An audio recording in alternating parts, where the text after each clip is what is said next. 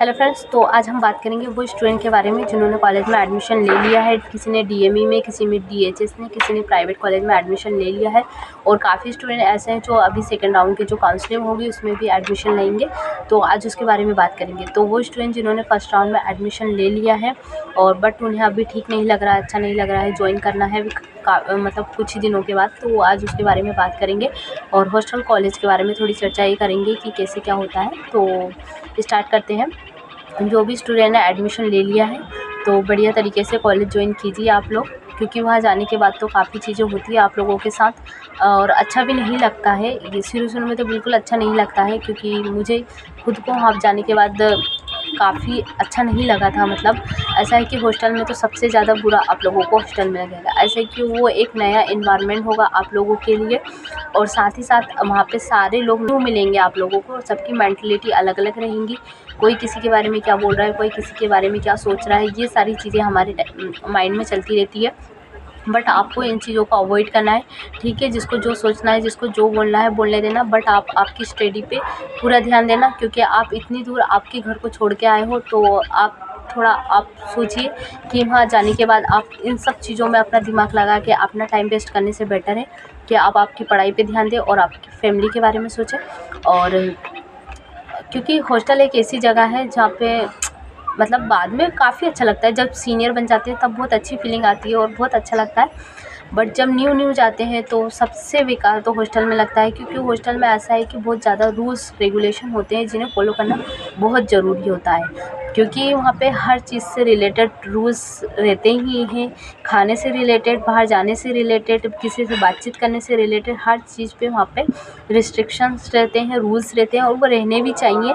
अगर देखो, सबके सोचने का एक अलग अलग तरीका रहता है। कोई किस वे में सोचता है, कोई किस वे में सोचता है। अगर आप उसे सही डायरेक्शन में सोचें तो वो चीज़ें सही है, क्योंकि यदि वो चीज़ों को हम फॉलो नहीं करेंगे तो वो आगे फॉरवर्ड नहीं होगी। इसलिए वो चीज़ें एक तरीके से सही भी है, बाकी आपके ऊपर है, आप देखना आपके हिसाब से। और उसके बाद बात कर लेते हैं कॉलेज के बारे में। तो कॉलेज का कैसा क्या रहता है, तो कॉलेज में तो बहुत अच्छा लगता है। मतलब स्टडी वगैरह सारी चीज़ें काफ़ी अच्छी होती है अगर पढ़ना चाहो तो। वैसे तो वहाँ पे सबसे ज़्यादा नींद ही आती है, बट नींद को अवॉइड करना रहता है।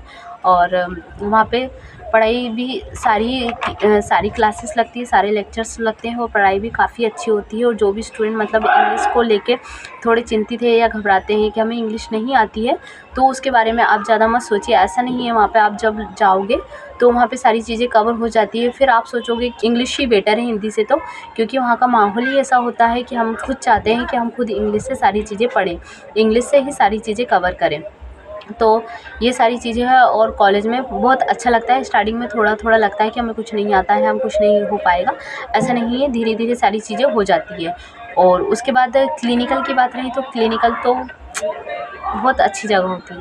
देखो, इसके बारे में भी यही बोलूँगी कि जो सोचता है कि अच्छी जगह है तो उसे अच्छा ही लगे, और जो सोचता है कि कहाँ आ गए, क्या है, कुछ अच्छा नहीं है, सारी चीज़ें बहुत अजीब सी है, तो वो एक अलग बात हो गई, ठीक है।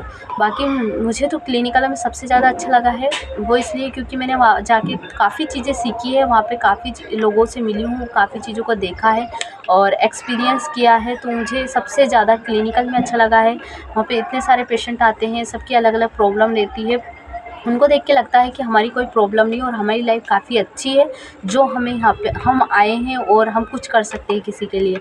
तो काफ़ी अच्छा लगता है। ऐसा इतना टेंशन मत लीजिए, आप लोग जाइए और सारी चीज़ों को कीजिए, अच्छे से स्टडी करना आप लोग, बस यही कहना चाहती हूँ। और बाकी तो सारी चीज़ों को अवॉइड कीजिए, सारी चीज़ें चलती रहेंगी, फ्रेंड्स, दोस्त, टीचर्स वगैरह, सीनियर जूनियर, और क्लिनिकल में भी जो स्टाफ है, स्टाफ नर्स वगैरह, ये सारी चीज़ें सुननी पड़ती है, झेलनी पड़ती है।